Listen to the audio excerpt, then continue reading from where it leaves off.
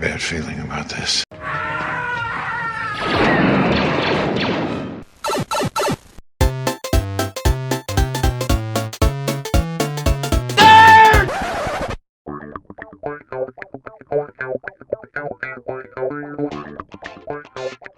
Was a mighty belch. Sorry, I actually had that brewing for a while, so. Much like a fart that comes a fart in reverse. Reverse fart. I like that. So, a reverse fart. Then what is a fart? A reverse belch? No, fart is just a fart. It's a belch. I know, but I was gonna say, is it a belch from your anus mouth? Anus mouth. I wouldn't say anus mouth. It's like more like anus lips. Like an anus doesn't look like a mouth. It looks like pressed lips. I just imagine like a monkey Rafiki style ass. You know what I mean? It's red and inflamed like a set of big set of lips. Is it the Stones? Is that the Stones that have that, or is it the lips and the tongue? Oh yeah. I thought you meant like, is the monkey passing stones through its ass? Because I'm like, that's pretty fucked up, man. No, that's pretty horrendous. And that's how you do not start a podcast, ladies and gentlemen. Welcome to Modern Retro. I am Cuba. I am joined by the Roy. They cannot see you saluting. They never. I'm not saluting to them. I'm saluting to you. Or say something at the same time. Otherwise, it's just dead air. Yeah. All right. Hey, what's up? What's going on, guys? And we are not joined today by Aaron. And this is like the second time. We didn't release on time because of Aaron. I was like, he's not here to defend himself. I'm putting sole blame of everything. Everything we talk about today is on him. I don't care what anybody else says. We're a day late. This is probably coming out Wednesday of this week, which is 2 days late from our normal Monday airing. I blame Aaron. And what we're talking about is holy shit, the news with the Han Solo movie, and I blame that on Aaron too. You blame the whole event? The whole thing. I blame everything on him. Thing. Yep. Wow. It's his fault. No, okay. It's legit his fault because he went to Lucasfilm last Monday. He was in California on a work thing at Lucasfilm. The whole thing with Han Solo it started last Monday night with said the directors left the film. And I'm like, oh shit, and you can vouch for this. I typed into our messenger, I said, what the fuck, Aaron? What did you do? You went there, you fucked shit up. He went there and reverse farted in the middle of a board meeting for Han Solo or something. Who the hell knows? But it's actually maybe kind of good that we are recording a little later than we are about this, because every day or every other day you get a little bit more information, like another piece to this puzzle a picture is forming. It keeps growing and growing, and I mean, first it started off what I heard in preliminary bouts was actually what happened was it had to do something with a Flash movie that the directors left due to wanting to direct the Flash movie for DC. And that's what I read that. I'd have to look it up to see where I read it. I read it on a couple sites, so I don't know if that was early rumors that they kind of threw out there to throw people off the trail of what would come out a little bit later, was that the movie wasn't quite progressing as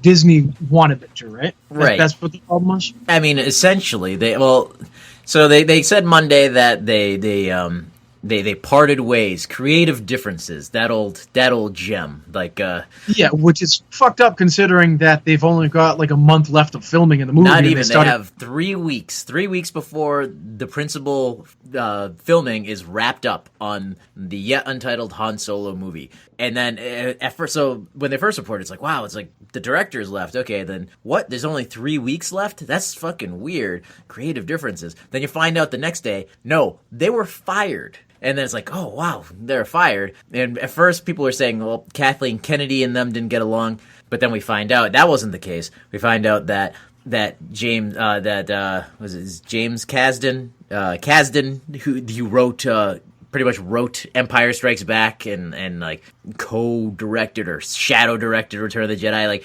he wrote this. He wrote the Han Solo movie. Han Solo is his favorite character. You know, he wrote like the Bible on Han Solo essentially. Turns out that these guys, who I've never seen a single one of their movies, I don't even know who they are, to be completely honest. Lord and Miller. But it all boiled down to the fact that they were making it very slapstick. Right. They were making Han Solo a slapstick comedy in the vein of, I believe, what was it say, like Ace Ventura? That's one thing we read, yeah. Like, so they're relatively new directors, and it was weird that they got this movie, especially considering, like, Han Solo, like, is funny. Like, his communication in the prison scene, like, everything's fine here, fine, just, how are you?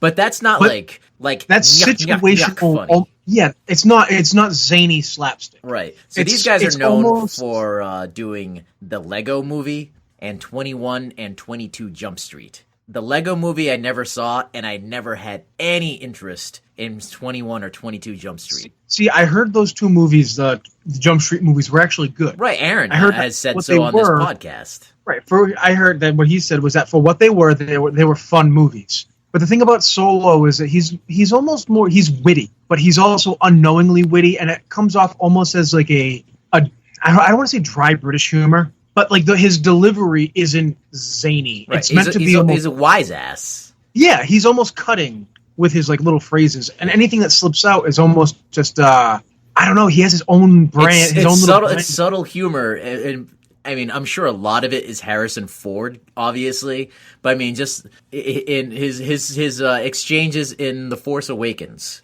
were funny, but not, again, yuck funny when he's trying to negotiate with the Death Squad or whatever, and he's like tell that to Conja Club, and then they turn around and Conja Club's there, and he's like, hey, yo, how many times have I screwed you? Yeah, just that.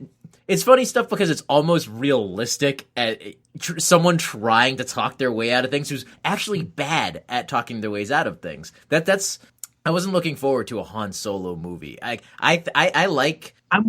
with you because Han Solo is one of those characters I know what they're doing. They're going back. Disney bought this $4 billion nut that they have to crack. This $4 billion nut that they have to make money on. So they're going to go back and make all the movies they can based on their cash cow characters.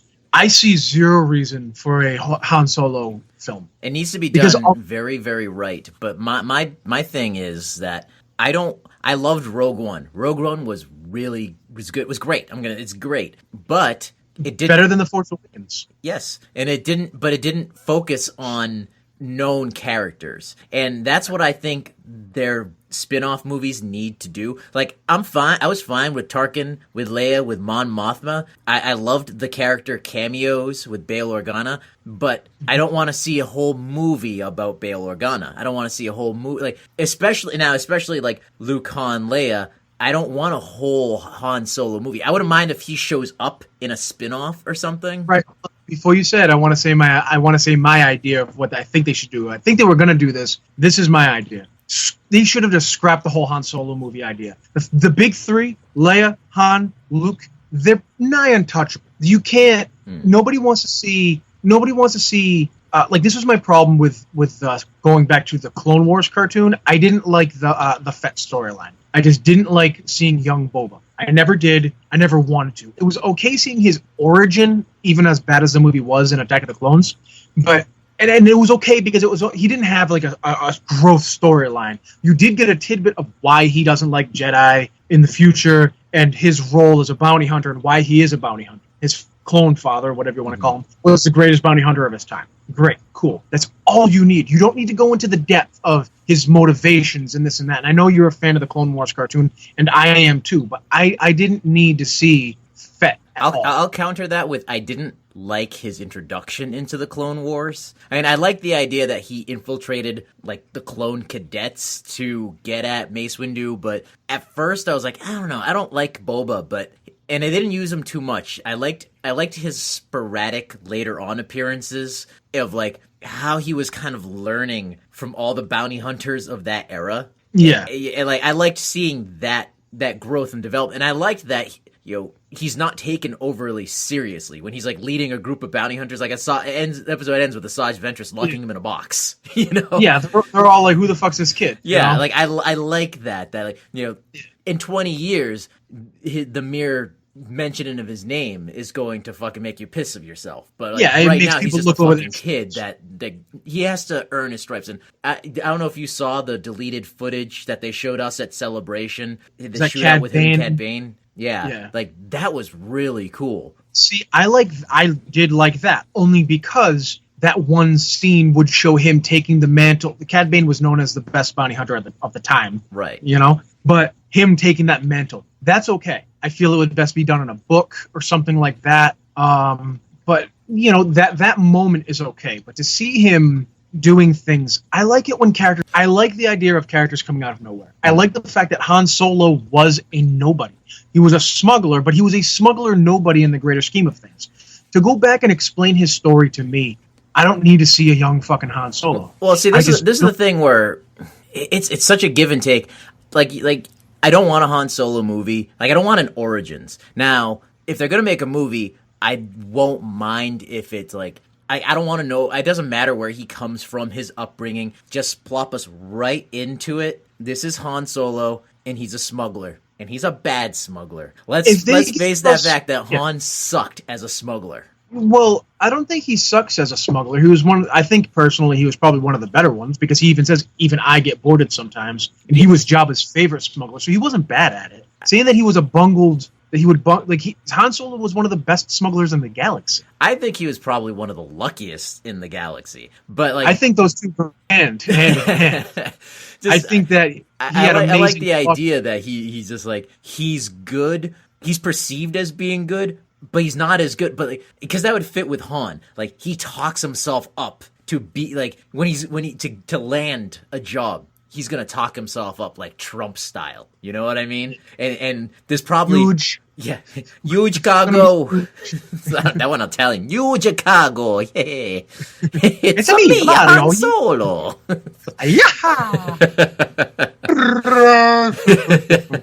Now I have a little picture of like Han riding Chewie. Well, that just sounded wrong. So let's move on from that image. Well, you should draw that as Han on his. Good. Go on. You were talking. See, I don't think while you drink your beer, I don't think he was bad. I think he was the best. He had everything. He was skilled. He has street smarts and good street sense, being able to read people. He had amazing luck and amazing piloting skill. I think he had the trifecta. He was one of the best. He was Jabba's like basically his go-to smuggler guy, like smuggler for a reason. You know what I mean? And that's why Han looks kind of bad because even he actually had to say to Jabba in that awful fucking scene in the what was it, the special edition where like steps on Jabba's tail and shit like that. Where he says like, look, even I get boarded sometimes. It's not gonna, you know what I mean? Like, and yeah, he talks himself up, but I think it's one of those rare cases where he's like Conor McGregor to me. He talks himself up and then he does it. He does exactly what he says he's going to do. Does he have his own motivations? Will he cheat you? Absolutely, but he means everything he does. Does he get lucky?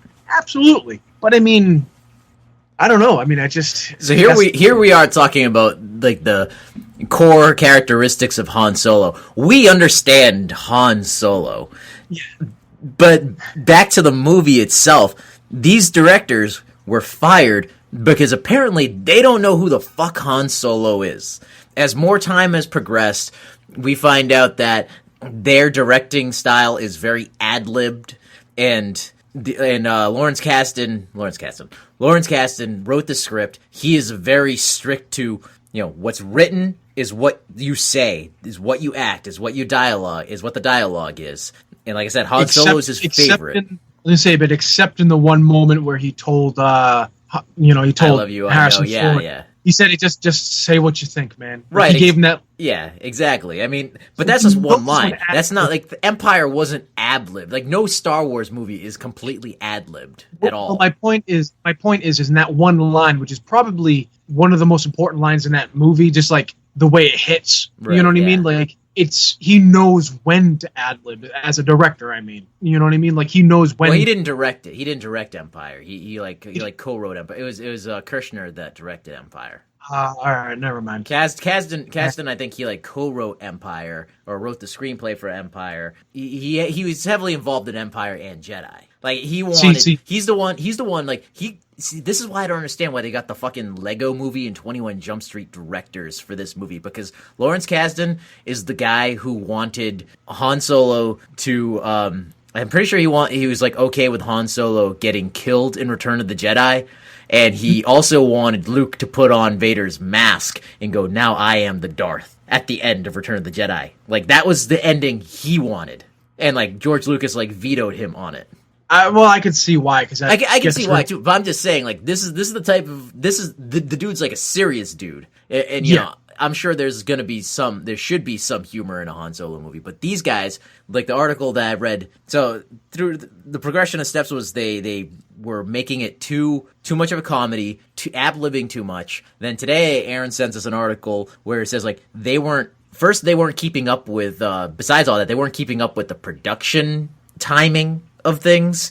I guess, like, so just the schedule overall, right? Yeah, there's maybe it's not the article that Aaron sent me. I read a different article. There's so many articles about this thing right now. There's I think I have it right here. The internet is a fucking fire with all this shit. Oh yeah, it's going. If there's crazy. anything that'll get us nerds in a broil, it'll be some news on a Star Wars thing, especially if it's got drama attached to it. So this is from Latino Review, and Latino Review over the years. They've got a good. Oh yeah, like they're like the Bothans. They're the Bothans of the fucking geek nerdosphere, because they always have like the rumors. When something's a rumor, Latino Review is the first on it to be like true. And then like they have like the inside people. Well, they're in there mopping the floors and picking up the trash, and they see like the script, like the crumpled up scripts. I heard this George Lucas guy serious, man. He's selling the company. Yeah. So it says the pair reportedly had trouble scaling their style to the scope of the film they were working on. As has already been reported, the pair are very dependent on improvisation style of filmmaking. This resulted in slow days. For example, on a particular day, the film was scheduled to have 12 to 15 different camera setups. The outlet sources claimed that Lord and Miller were only able to accomplish 2 or 3 of them, with the footage that they provided not giving them a whole lot of options in the editing room. Now, the Lego Movie, 21 Jump Street, those are fucking small time compared to a Disney-funded Star Wars production. You know, especially with the time frame that you have to film these fucking things. And I'm sure the budget that they had for the Lego Movie and 21 Jump Street was pennies compared to what Disney's pouring into this. So, I mean, they just jumped in over their heads. I mean, we have a kind of a weird thing now in Hollywood where you've got no-name people who do like indie movies and smaller type things, and then they get thrown a huge project like this. I mean,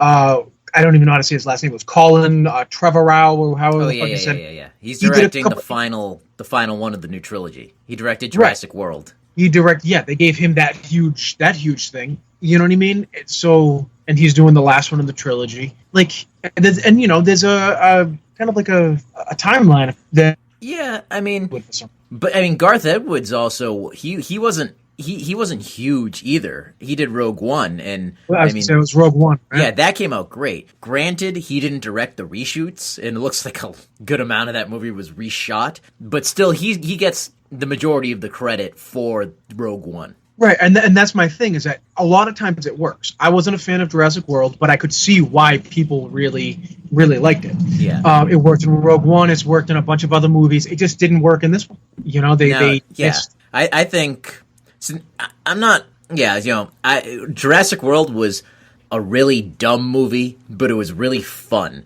And so I don't have much of a problem with him directing the final chapter of this new trilogy, because I just get the feeling that he can work with Disney. It's like, as long as you can work within the parameters of Disney, you need the I think structure. You're okay. Yeah. Now I know some people are saying, "Oh, it's unfair. These guys weren't given a chance. You know, they're trying to be independent and creative." And I'm like, that's great. I'm all for creative, independent filmmaking, But when you're doing a Star Wars, you gotta keep to fucking Star Wars. You cannot fuck, especially a movie that deals with one of the big three. Right. You cannot fuck that up. You just can't. It's especially with an audience that sat through the prequel trilogy. Right. I mean, looking back on it now as an adult, yes, it's awful, but it does have its good points. And that's a podcast all on its own. But I know that I will not, as a fan, I won't tolerate a awful Han Solo movie. Yeah, no. People riot. Exactly. Like, you can't bungle a character like that. You can't. He's a staple. You could screw up a Rogue One. People will roast you for it. You'll be panned. But you could recover from that because it's not one of the main characters. You fuck up the backstory, the origin of Han Solo. Yeesh. I mean, after they did it to Vader, I mean, Christ. What happened then? No, I mean, I don't think they fucked up Vader in the prequels. The prequels just weren't well directed or written, but they had this. The storytelling was solid. George Lucas is a solid storyteller. He's just not that great of a director. He shouldn't be behind the camera. No, he's a great idea man. Take his ideas and lock him in a room. Just make him just type. Yeah, you know. So, but with this, like, you kind of have a little sympathy for these guys a little bit. Like you said, oh, they're in over their head. But then when I read that they made Han more of an Ace Ventura-like character, a slapstick character, I threw the gauntlets down and I said, hang them as pirates. Just keel haul them. Yeah, exactly. Yeah. Like, firing was too good for these guys. Fucking tar and feather them and string them up to fucking skin them like they do on Game of fucking Thrones as a warning to their enemies. Now all I have in my head is an image of that someone like fans walking behind them with a bell, just go shame. Yeah, you know, because like I can forgive getting in over your head. I can forgive not being able to keep up with the schedule. I can forgive trying to assert your independence and your creative vision. I cannot forgive Ace Ventura-like slapstick for the character of Han Solo. I cannot. That's unforgivable. I'm in the same boat. I see the whole jumping in over your head. I totally understand, because if Disney comes to you and says, "Look, we've got a Han Solo," I've never been involved in a film. I was never a key grip, a light boy. I've never even taken place in like a low-level fan fiction movie or anything like that. For you and me recording right now is probably and I don't exactly have a great background. You know what I mean? Like, that is this is the highest height that I've ever been involved with anything like that. If they came to me in a lottery and said, "Hey, we need you," dude, I'd be there. I'd completely fuck it up, but I understand that because I would jump at the chance. Who wouldn't? I can understand, like you said, trying to put their own creative spin on it. That's what directors do. That's what creative people do. But what I won't forgive is not respecting or being familiar with, and this is a big sticking point that I have with a lot of these movies, is not being familiar with the source material. Right. I don't understand. You should be familiar with this shit. If you're going to jump into this movie, you need to know the character's motivations, their thoughts, their feelings, like their maybe an overarching trip of where they are. You know what I mean? Like, you don't. Yeah, it makes me question, like, were they Star Wars fans? I mean, right. Almost. Like, I feel like everybody goes, "Oh yeah, I love Star Wars," but like, I have to look at people sometimes and go, "Do you really?" Like, I won't like probe you deeply, but it's like, do you? Yeah, I see your face. You saw that, buddy. But it's like, do you really like Star Wars, or are you like what we call here in the Boston area a pink hat? Which a pink hat is it's mostly female baseball fans that like wear pink Boston Red Sox hats but don't watch baseball, don't watch the Red Sox, couldn't name a player besides David Ortiz, who retired last year, and if you went up to them and say, "Who's your favorite player?" they'll go, "It's David Ortiz." Yeah, like, that's a pink hat, is like a bandwagon fan, because Star Wars is huge again. So there's tons of people that go like, "Oh yeah, I like it," but it's like, but did you grow up with it? Did you? Now I'm going a little deep into myself. Did you spend every summer at your grandmother's house watching A New Hope, like after breakfast? Like, because that was the only one of the three I had. I had A New Hope, and I watched it every day until that fucking VHS just burst into flames. Yeah, like if you don't know who the Max Rebo band is, then we can't be friends. Right. You know? And most people, when you say that, the Max Rebo band, they go, "Oh yeah, do do do do do do," and I'm like, no, it's the wrong band. He's a little blue elephant man. Exactly. You know, come on.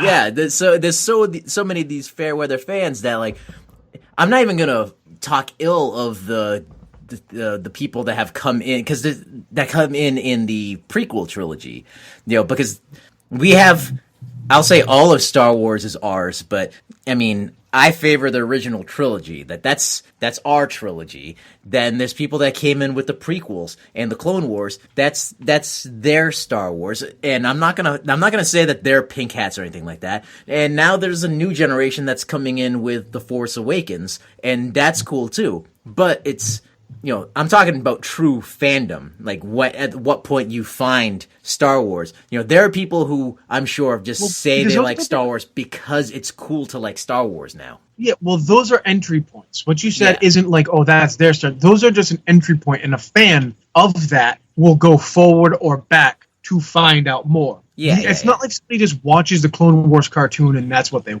like. Well, this is all I like. There's a wider universe. That's the appeal to Star Wars in the first place. I don't know the age of these guys, these directors. I don't know if they're our age. I mean, I'm assuming they're our age or older. So I mean, you would think that they would be familiar with the true character of Han Solo.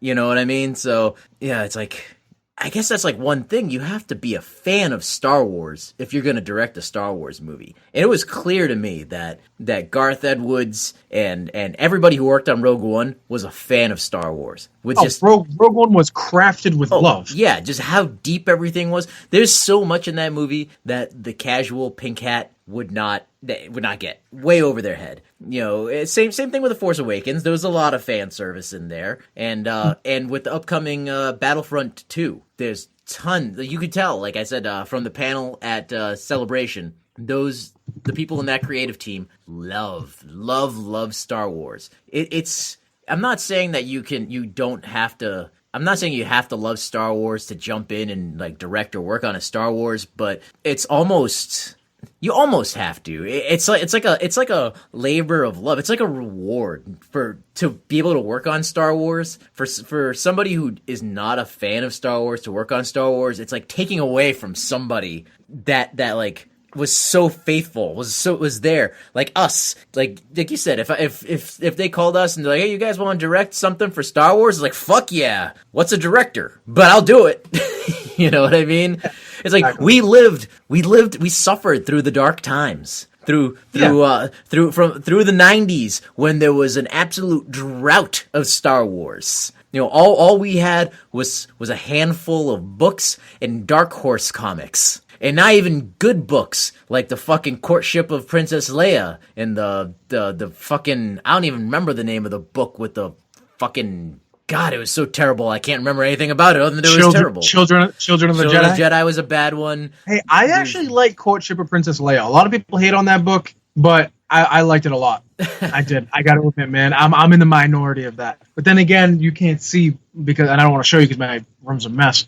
But I've got a whole thing of about, I don't know, probably 110, 115 expanded universe books. Yeah. You know what I mean? Like, I mean, dude, in the very early expanded universe, a lot of it was crap. You had the Glove of Vader, whatever it was with the original Kyber crystal. I can't remember the name of that. Splinter of the Mind's Eye. That was real rough. But that was, but then after Zahn wrote the Thrawn trilogy, which did have its own issues because it wasn't the established canon. You know what I mean? After that, there's a couple of stumbles here and there, but I'm trying to think of what the terrible. It was a trilogy of books that just were fucking bad. Oh, the one with Black Fleet Crisis. Yes. That's it. I was thinking like Dark Saber. I'm like something. It's something with Dark Black or something. But yeah, those books were just fucking dog shit. And like, Yeah. I mean, I muscled through them, but they were bad.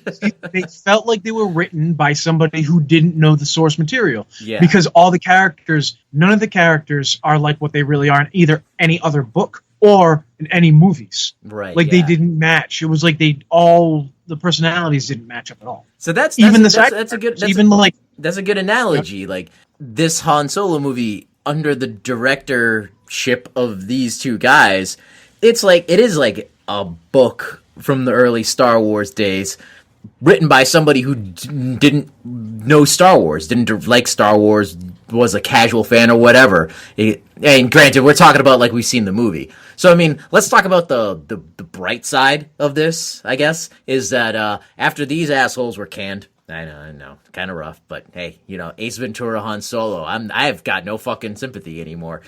After these two guys were canned, Disney brought on Ron Howard to direct the movie. So yeah, well, you say direct. I say he's going to direct the last 3 weeks, and then it's all up to editing. Well, reshoots. I guarantee you, I will not be surprised if we find out Disney is going to pump in like another several $1 million worth of reshoots into this thing. And yeah, then Ron Howard's he's gonna direct the last 3 weeks, reshoot, and just edit the fuck out of it. Now, the funny thing is that Ron Howard is on the complete opposite end of these guys. You've got one guys who do all improv and zany Ace Ventura like Han Solo, and then Ron Howard who did like Apollo 13 and like really heavy dramas. Yeah. Did they go from one end all the way to the other end? Did they start off like really, really goofy and now they're trying to go really serious and hope that like it balances itself out in the end? No, because Ron Howard does comedy as well, and he can do it well. He was an executive producer on Arrested Development. I never saw that show. What else? What other has he directed? So we can tell people. What other movies? Was he? Is he really Jesus-y? Ron Howard? No, he's bald. Yeah. He's a bald ginger. Yeah, he's what was the name of the He was character? On Happy Days. Cunningham. Richie, yeah. Yeah, but I'm trying to think. He's not a Jesus freak. No offense to any religious people. I have no idea what his religious beliefs are, but I don't know. And well, in my head now with all this shit, all this doubt for this movie, all I can think about is they went from Ace Ventura. Now you've got Ron Howard, and I thought now you've got him. Maybe he'd turn him into a Han Solo into a Jesus-like character. You know what I mean? So I mean, he directed Splash and Cocoon way back in the day, but I mean, those are fucking great movies. I'm trying to find his big Backdraft. Backdraft was good. Apollo 13, like you mentioned. Ransom. That was with Mel Gibson, I thought. He directed How the Grinch Stole Christmas. Beautiful Mind. Cool. Da Vinci Code, which I'm not gonna say the Da Vinci Code was a bad movie. It was just a boring movie, and I didn't. Did I start? I started the book, but I didn't finish the book because the book was boring. There's only so much you can do with source material. Yeah. Now, see, man, I didn't need a Han Solo movie. Now, do you know what I would have really liked? I would have loved. This is my idea. Fuck Han Solo movie. You don't need him. What you need is you leave the big three alone, because nobody. To me, a Han Solo movie would be like making a movie about Luke's 17 or 18 years on Tatooine. Like, I don't need to see that shit. I just don't. You know what I mean? Or Leia as doing what she does as like a princess, and then in like the last year, she's like, I'm going to be a rebel. No, she was a senator. You know what I mean? So what I want is a Lando movie. I want a movie based on a secondary character that you don't see his. With Han, you see from one end to the other. You see in 3 movies, you see his complete arc. Right. From complete rogue to good-hearted, heart of gold rogue, I guess you could say. I mean, he's always a roguish guy, but whatever. So give me somebody like Lando, who we don't know a lot about. I want to see how Lando met Lobot. I want to see how that's in the comics, I believe.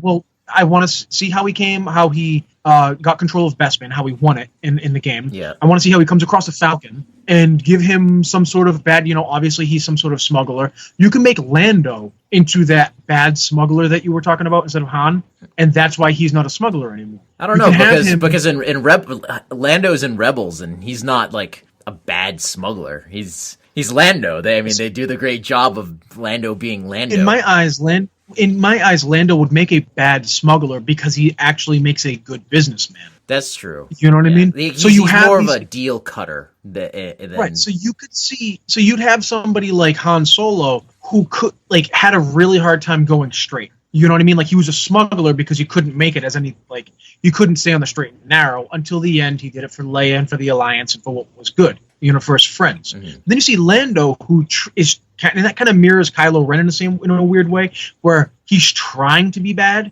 but then in the, Lando is trying to be a smuggler, trying to, like, skirt the law, thinks it's cool. And then in the end just finds that it's actually easier to be, like, a reputable businessman. And in the very end, what I want to see is him winning, him in a Sabacc game, and then he puts the cards on the table. He says, I'm all in. You can, he's got his dealership and all that stuff, just like in the books. And he says, I'm all in. Any ship you want is yours on my lot. And then the camera pans from him around the table. You see some aliens, whatever. Who do you see? You see a young Han Solo sitting on the opposite end of the table with a roguish-ass smile on his face. And then he lays down his cards, and then it, boom, cuts to black. And then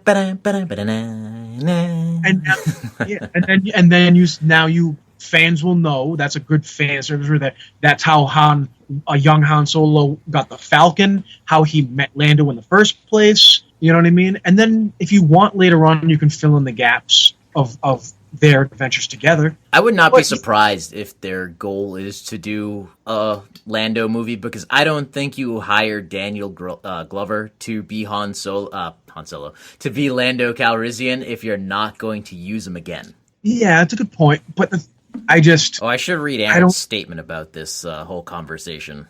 I like how you're reading it like a court statement. Yes, he released a statement because he couldn't be here because he was busy ruining the Han Solo movie. The aforementioned fuckface. So he wrote, the directors were known for their ad-libbed comedies. That's what made me worried for the end product. I'm sure his performance was based around those parameters. He's talking about the guy playing Han Solo, who another report said that Lucasfilm had to bring in an acting coach to help him act better as Han Solo, because these fucking guys were probably being like, make it funnier.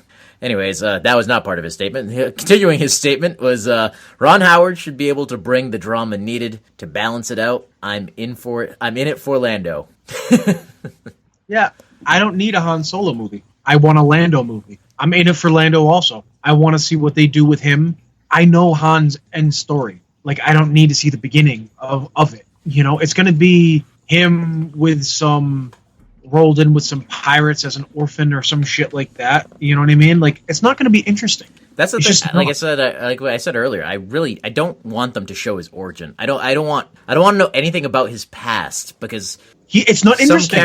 Some characters need their past to be just in the past, like, hidden from us, because it's the past. Why they're there isn't necessarily always important. It's, we know where he's going, and it's like, maybe the path there is the more interesting one. I would like to be, like I said, they're making the movie regardless. So what I would like to see is just for the audience to be plunked down right in the middle of his story. He's not him as a little kid. Like with Rogue One, they showed us Jyn Erso as a child because that was relevant to the plot. It was relevant to her character in the story arc. But with Han, that's not necessary. Don't start the movie with a young Han Solo being orphaned or watching his family get killed or abandon him or whatever. Maybe have him bring it up in casual conversation. Or all he needs to do is say, I was raised by Wookiees. That's all he needs to say, right. You know. Yeah. We don't need to see that. See, Han Solo is not a sympathetic character. That's the thing. It's like, you never feel bad for Han. You know what I mean? Like, you like Han. Right. But you never once feel, like, sorry for him. You know what I mean? Like, the only thing that even comes close to that is the fact that we know that things like the Force exist. Like, he's not sympathetic. He is ignorant of certain things, and but that's part of his character, is like, he's bullheaded and strong-willed, you know what I mean? Mm. But he's just ignorant of certain facts. But I mean, it fits within the context of the universe, because he was supposed to be in Revenge of the Sith. Did you ever see that concept art? Yes, yeah, we don't need that. I do not want to see, if they show us what happens leading up to him Well, no, it actually doesn't work either because he's going to be too young. He won't look the same. Yeah, he was about like 10 or 12, and he was supposed to be at the Battle of Kashyyyk. Like they didn't film it, but they sketched it out. Well, no, in my head, I was thinking that I didn't explain. I was thinking that they should show whatever happens before when he gets boarded and he has to ditch the spice from Jabba's spice load, and then take off. And that's what gets him into the big mix-up, why he needs to join, kind of like work with the rebels, and why he has to take... Yeah, but I don't think this movie takes place that close to A New Hope. Well, that's the only time I want to see it. I want to see movies that lead right into it.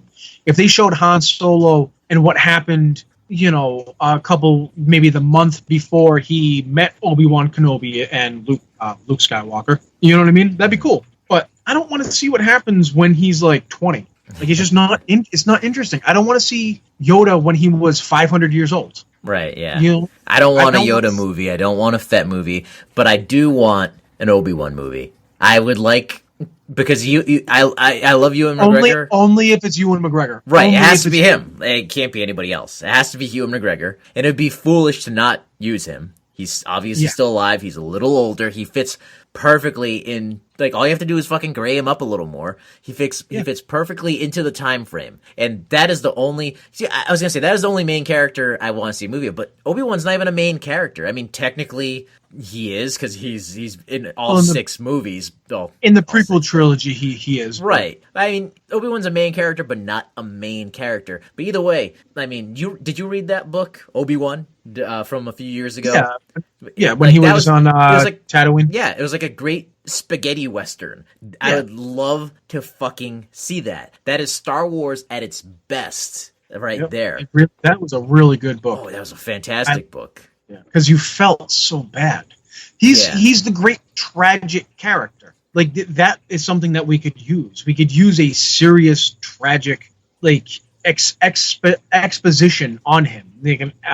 Or exploration, I guess you could say. Like, there's never, except in the Revenge of the Sith, when he's like, screaming like, you were the chosen one, you were my brother, but I loved you, but I couldn't save you. Mm-hmm. Like, that moment, I don't care what people say about the prequels, that moment was perfect. Oh yeah. And Anakin's burning, and he's like, he's saying, Obi-Wan, help me, and then Obi-Wan's like, I couldn't save you, I can't help you now. You know what I mean? Like, you're different. And then Anakin's like, I fucking hate you. You know what I mean? He's like, I hate you.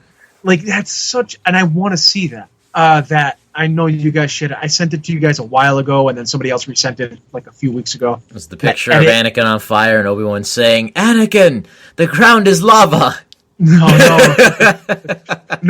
The edit from A New Hope when Obi-Wan's talking about how the Jedi Knights I sent that, and you're like, dude, I sent that. I'm like, I didn't see it. Yeah, and how he talks about, like, oh, your father was, me and your father, we were great friends, but he was lured to the dark side of the foot. And, like, it shows it. And it cuts the footage, And then it pauses on his haunted face. Like, he realizes what he's done. Like, he's, that's what I want. Yeah, that would be one of the, if you're going to follow a main known character, Obi-Wan is where it's at. Obi-Wan, Lando, I mean, there's probably a couple, like maybe one or two other characters that I'm not thinking of at the moment. But, I mean, I don't know. I'd like to rather see movies focus on specific events or time periods instead of just characters. Yeah, because, I mean, I loved Rogue One, and I want to see more movies of the Alliance. Like, I want to see some movies now that take place in the meat of the Galactic Civil War, in between A New Hope and Empire. Like, there should be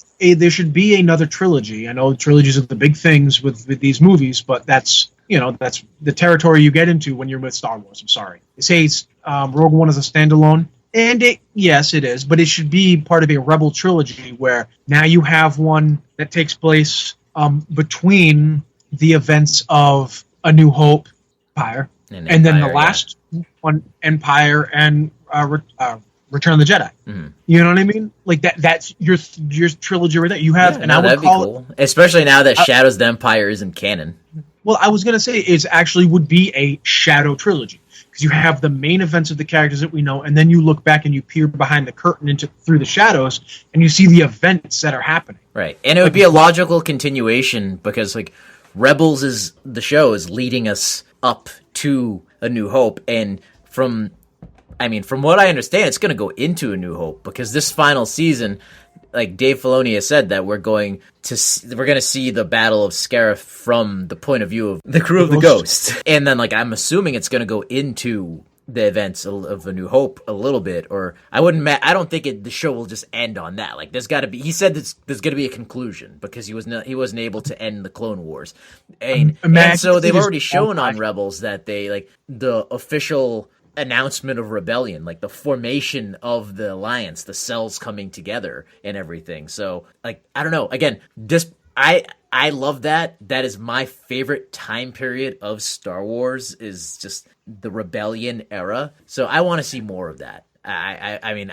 just fucking give me fucking buckets of it, and I'll just fucking eat it like a fat girl dumped right before prom. Jesus Christ. Yeah, I want to see that. I want to see the Rebel trilogy. You can call it. You know what I mean? Right now, if you're calling it the Rebel trilogy. If they make a Rebel trilogy, you're the first one to say it. You're the first one to call that shit. I also think that if they're going to make a Han movie, they probably eventually will make a Lando movie, and then they'll probably make a Fett movie. Depending on if the Han Solo movie does really well, not just money wise, but like well received by fans. Mm-hmm. You know what I mean? Like if it's acclaimed like Rogue One was. Very few people said that Rogue One was a bad movie. I know one person out of everyone that I know that saw it. There was one person that said, I wasn't a fan. Did you smack him? No, because he did bring up good points that I was willing to overlook. You know, but then again, he likes The Force Awakens more than he's got his own problems.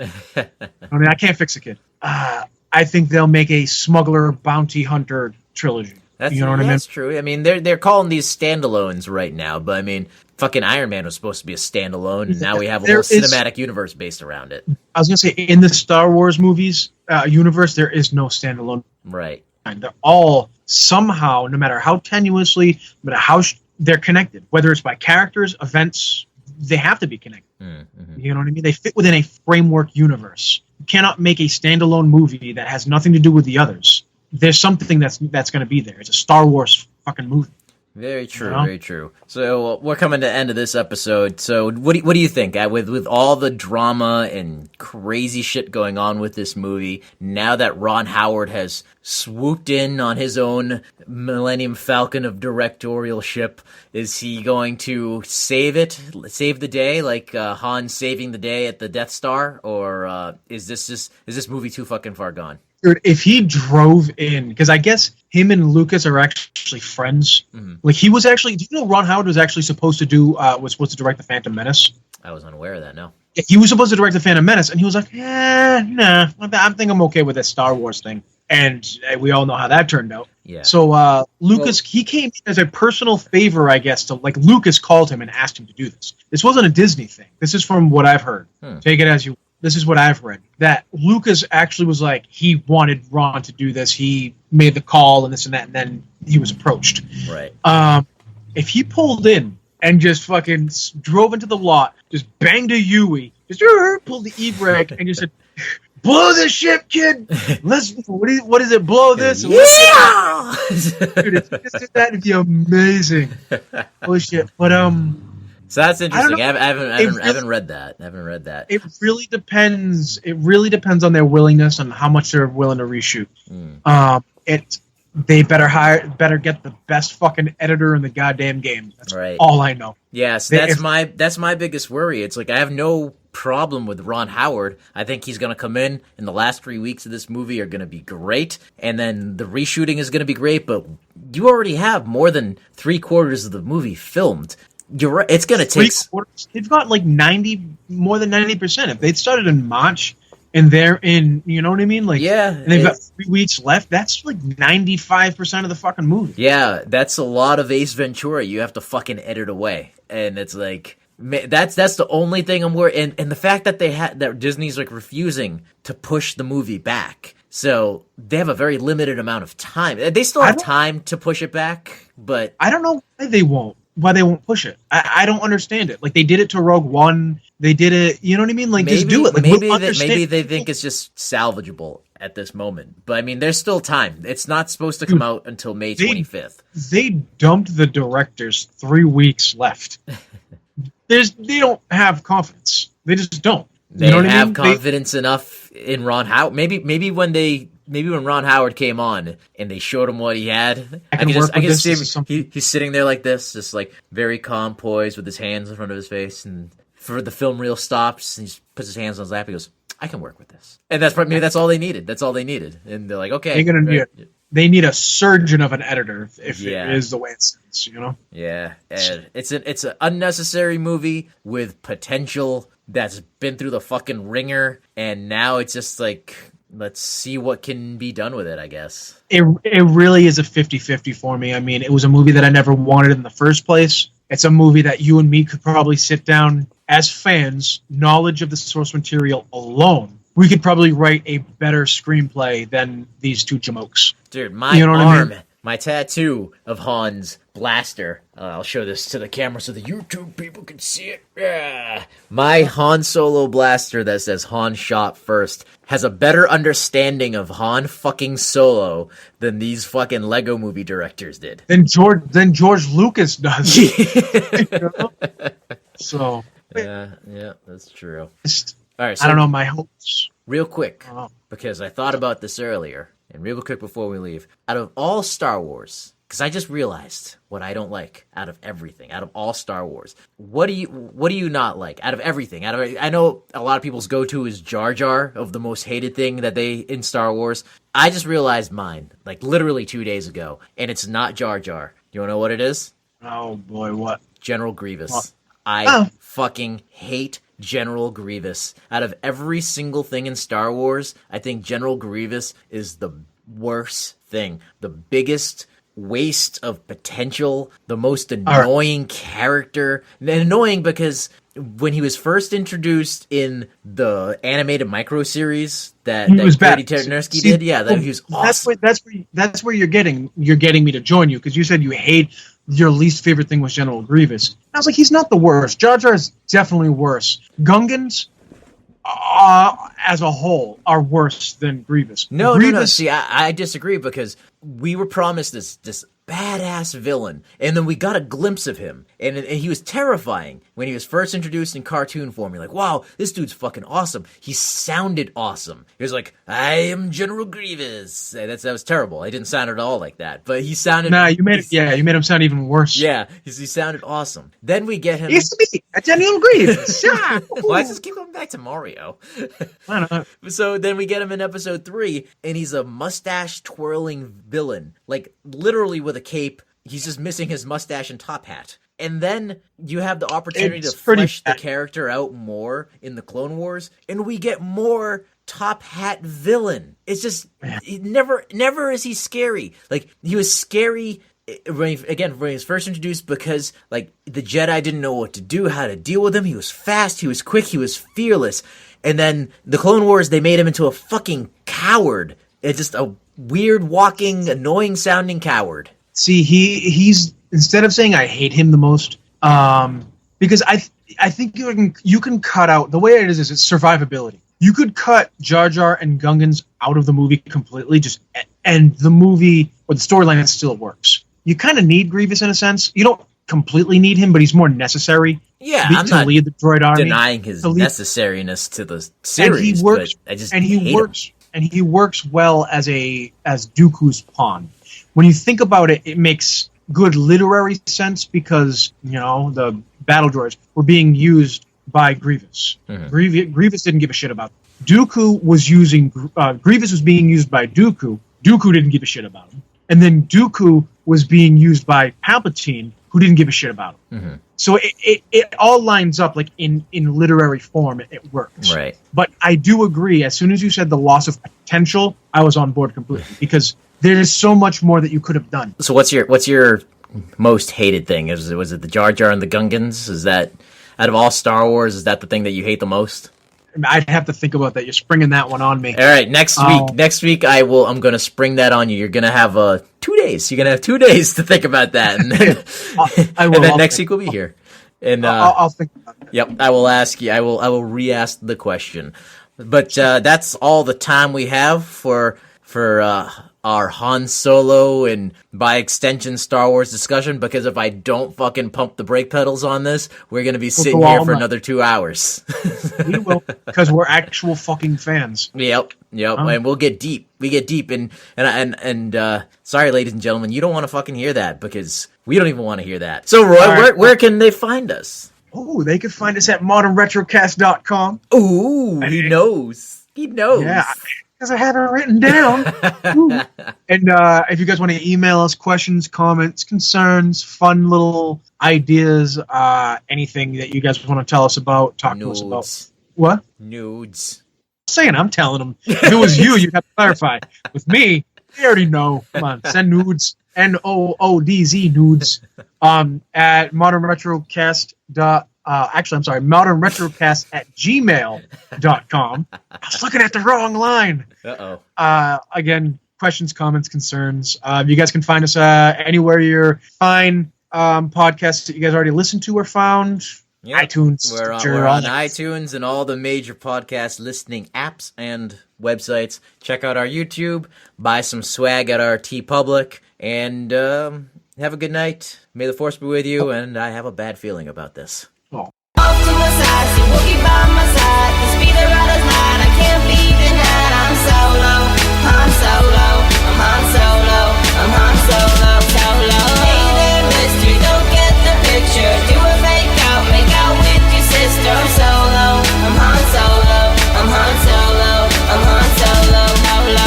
Turning drum upon a novice trolling hicks. I just wanna flirt with chicks, but this kid is starting shit. Now somebody lost a limb and my thumbs on the safety. I just came to party, I hope nobody plays me. I like to speak easy when you don't need a password. I'm a pilot and a pirate, but I don't have a patch. Weird weapons ain't no match. 40-40 for blasters, obnoxious box get shot by Chewbacca's bowcaster. I'm my own master, no jet set to join. The Empires and the Rebels are still on the same coin. No enemies, just heavenly vibes. And don't tell me the odds, this guy to go ratio is getting me hot. I know I got debts to pay, but that can wait. I'm gonna rock, let Jabba jack my dock and bait. No lame ricochet gonna ruin my day. Now back to the pod race with your bitch fish face. Off to my side, see Wookie by my